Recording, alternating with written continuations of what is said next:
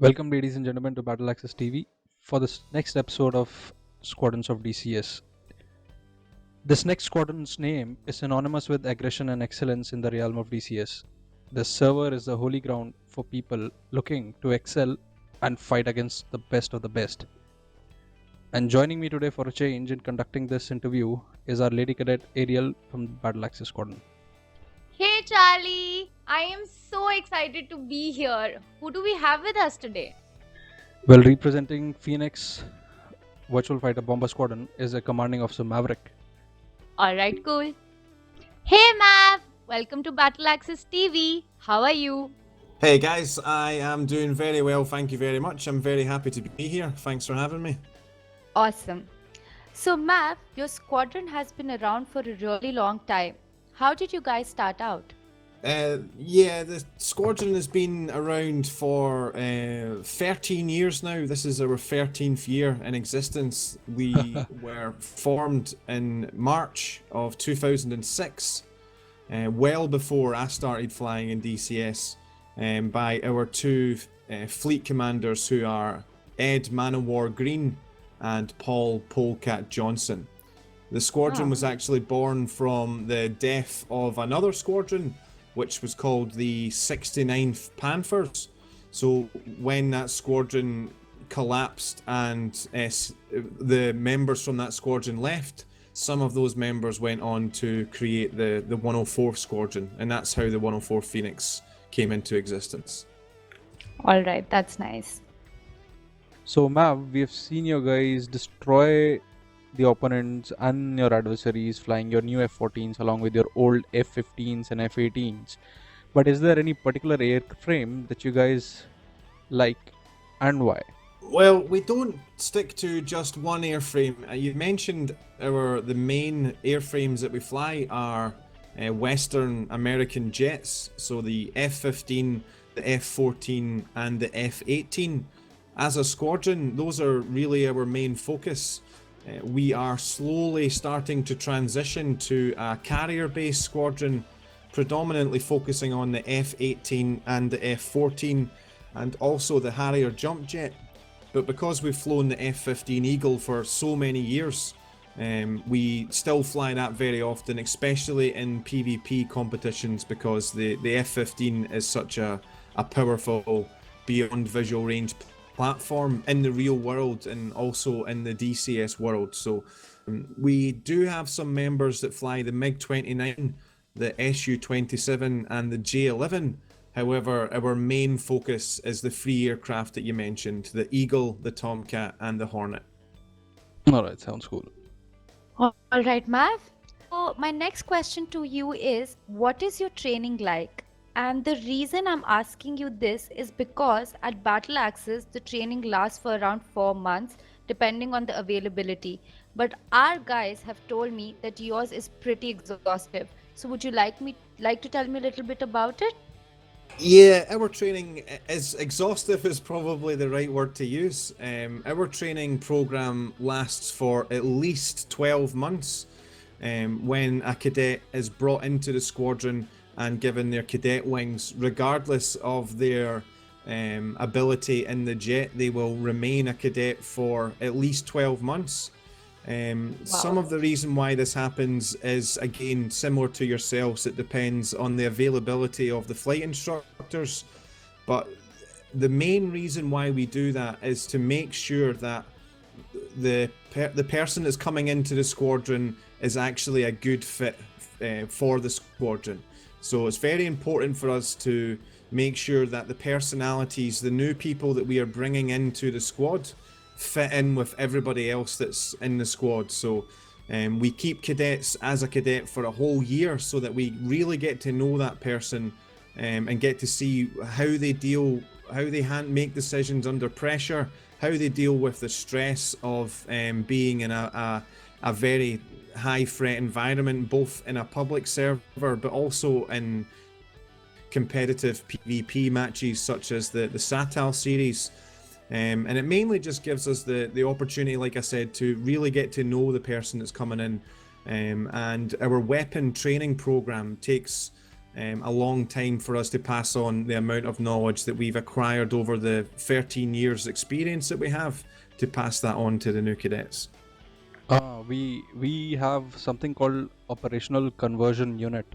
So I mean, you guys do it in the training itself. You train your cadets right at the start to be like kick-ass from the get-go, whereas we train them right from when they are like noobs, and then we bring them up to a certain level, and then they're trained with the rest of the squadron in the operational conversion unit. So yeah, Ariel, do you have anything?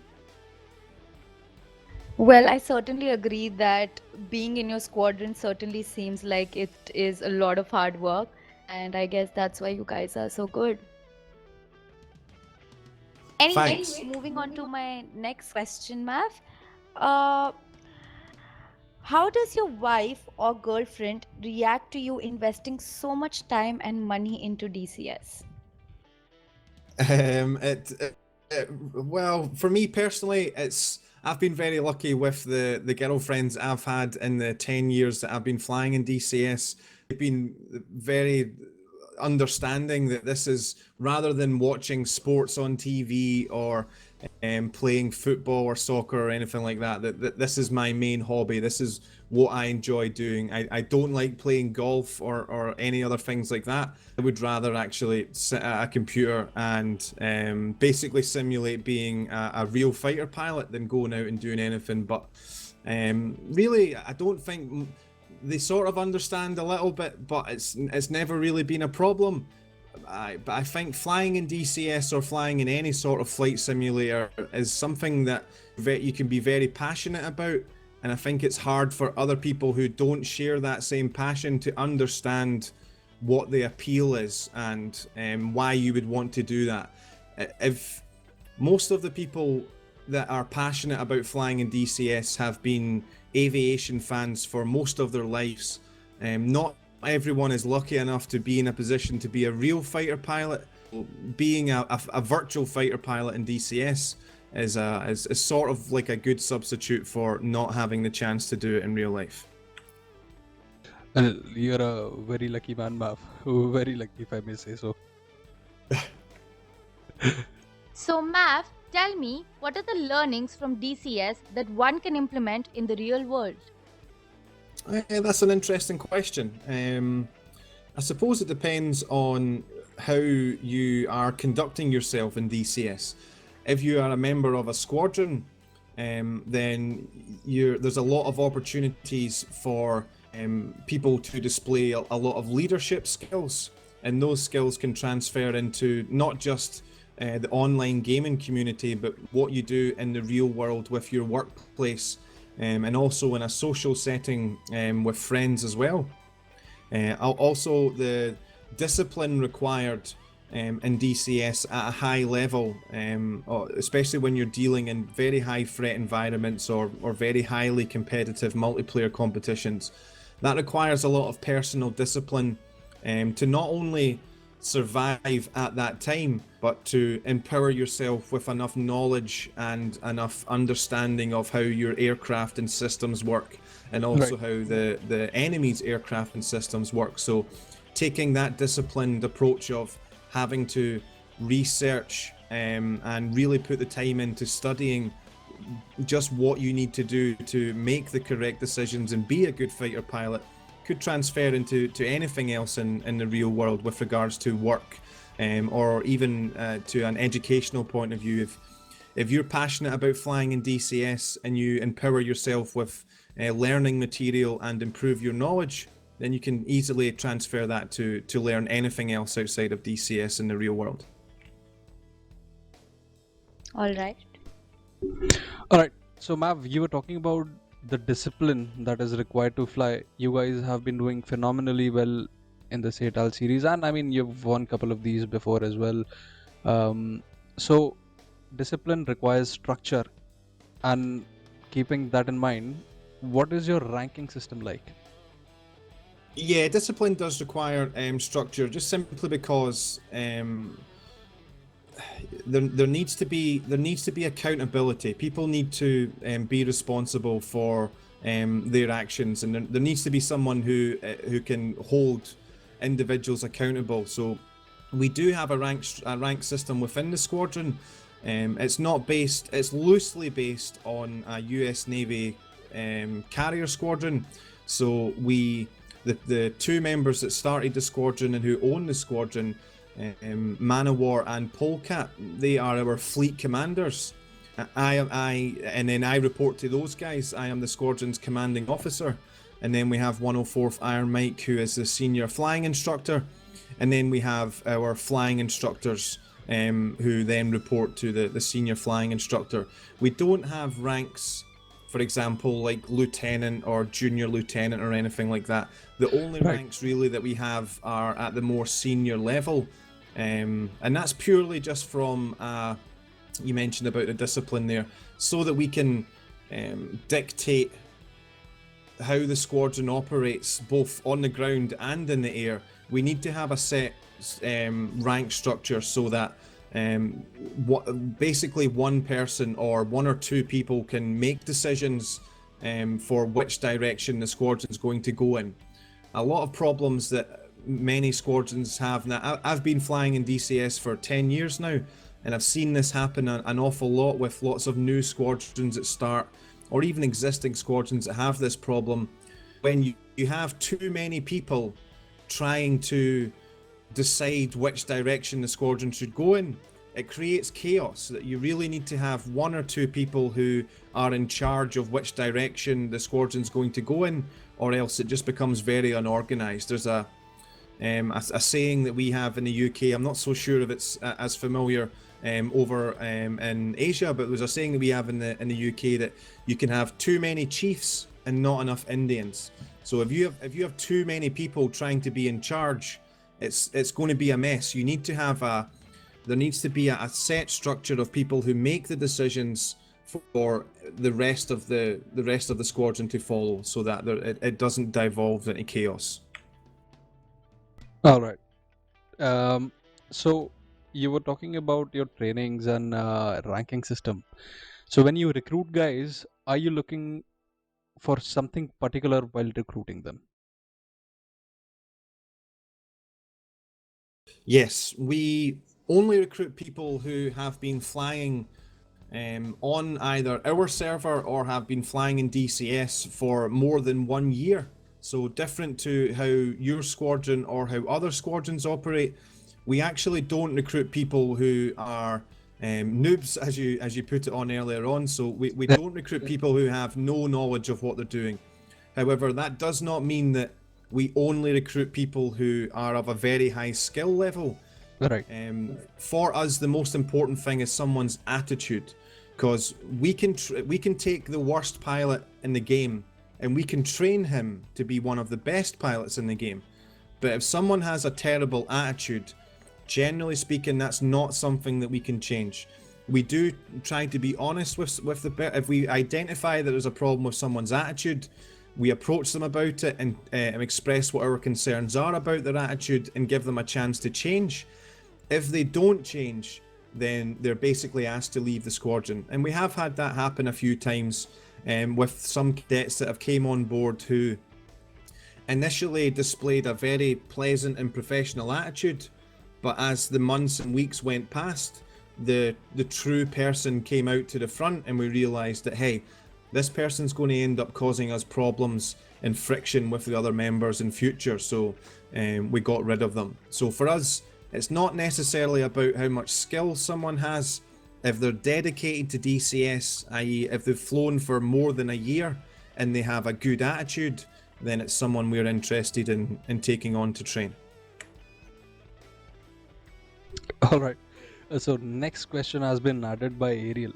So Mav, can you share an instance where you've lied or made an excuse to someone to get out of something that you had to do and then fly DCS all day long? Oh dear. Yeah. Oh god, there's too many. I can't, it literally happens every week. I have had very recently. One of the most recent ones I can think of is I told I'm a truck driver in the real world. I drive trucks, Right. and I lied to my employer, saying that I wasn't feeling well, so that I could take a day off to fly in the Seytal match, which was a couple of weeks ago Right. against the 59th Ravens. So I was actually supposed to be working on that day, but I phoned in work and told them that I wasn't feeling well and that I wasn't able to come in, just so I could go and fly in the DCS competition. Well, don't share this interview with him. Well, I thought only Charlie does such stuff, but I guess all of you do. Oh yes. Anyways, yeah. So, Mav, do you have any tips for a new squadron that is coming out? I mean, you guys, when we started off, you guys took us under your wings, trained us, helped us out a lot, gave us something that we could work upon. Then there's your server where people are flying, and they're one of the best pilots of DCS. So, yeah, keeping that in mind, any tips for a new squadron that is just coming up? I think personally, it's important to have strong leadership within any squadron. It depends what you want from your squadron. If you just want to have fun and basically have a group of friends have fun with, then leadership might not be so important. However, if you want to compete on a very high level against other people, in my opinion, having strong leadership in place is very important. And having a leader who has the experience and the skill set to inspire loyalty and respect from the people that he's leading, or he or she is leading, because we have quite a lot of very talented female pilots coming up in DCS World now. Then that's really going to be worth more than trying to just gel in a lot of different personalities with very high skill sets. Like, again, I mentioned earlier on, if you have too many people all trying to be in charge, it creates chaos. And I've seen this happen to a number of squadrons over the past 10 years, that they start off with a very good plan, but because they maybe don't have a good leadership structure in place, then too many people think that they're in charge of what's going on. And now, I'm not saying that one person should decide everything on their own. Part of being a good leader is the ability to listen to the feedback that you're getting from everyone that's in the squadron, from the newest member to some of the oldest members, and then making informed, sensible decisions based on the feedback that you get from everyone. It's not all about just making decisions on your own. But if you have a good, strong leader and a good, strong leadership team around that person, then I think that can do a lot for new squadrons, rather than having too many people trying to make all the decisions for everyone. Well, I should call my guys in and tell them, listen to Mav, and I'm gonna kick your asses from right now till the end of the day. Alright, so Mav, last question. Well, you guys already have everything. You have bloody F-14s, F-15s, F-16s on the way. You already have F-18s as well. But in any case, apart from what we have, is there any particular aircraft, just one, that you'd like to see it make to DCS? Yes, definitely. I'm going to cheat a little bit, because it is one aircraft, but it really is two aircraft. And it's my personal favorite aircraft of all time, which is the Tornado. So the Tornado F3, and also the Tornado ground attack version, the GR1 and the GR4. Ever since I was 5 or 6 years old, all my life I wanted to be a Tornado pilot in the Royal Air Force. So unfortunately that didn't work out in real life. But yeah, that would be I would die a very happy man if somehow we managed to get a Tornado GR1 or Tornado GR4 in DCS, and it would be the icing on top of the cake if we could also get the air defense variant of the Tornado as well, the Tornado F3. I would be a very, very happy man. Well, are you listening, ED? Listen to Mav. Listen to Mav. All right. All right, Mav, that was all. And thank you so much for dropping in. It was really nice talking to you. And I will see you on the battlefield soon. I'm just kidding. Thank you very much, guys. This was really enjoyable. I had a lot of fun being here, and hopefully I will see you guys soon. Absolutely, Mav. Thanks a lot for coming in, buddy. Thanks. So there you have it, ladies and gentlemen. That was Maverick from 104th Squadron. Now, if you're looking to get better, look for their server. And if you're looking to become the best, look for their squadron. Thanks for tuning in. Have a good day.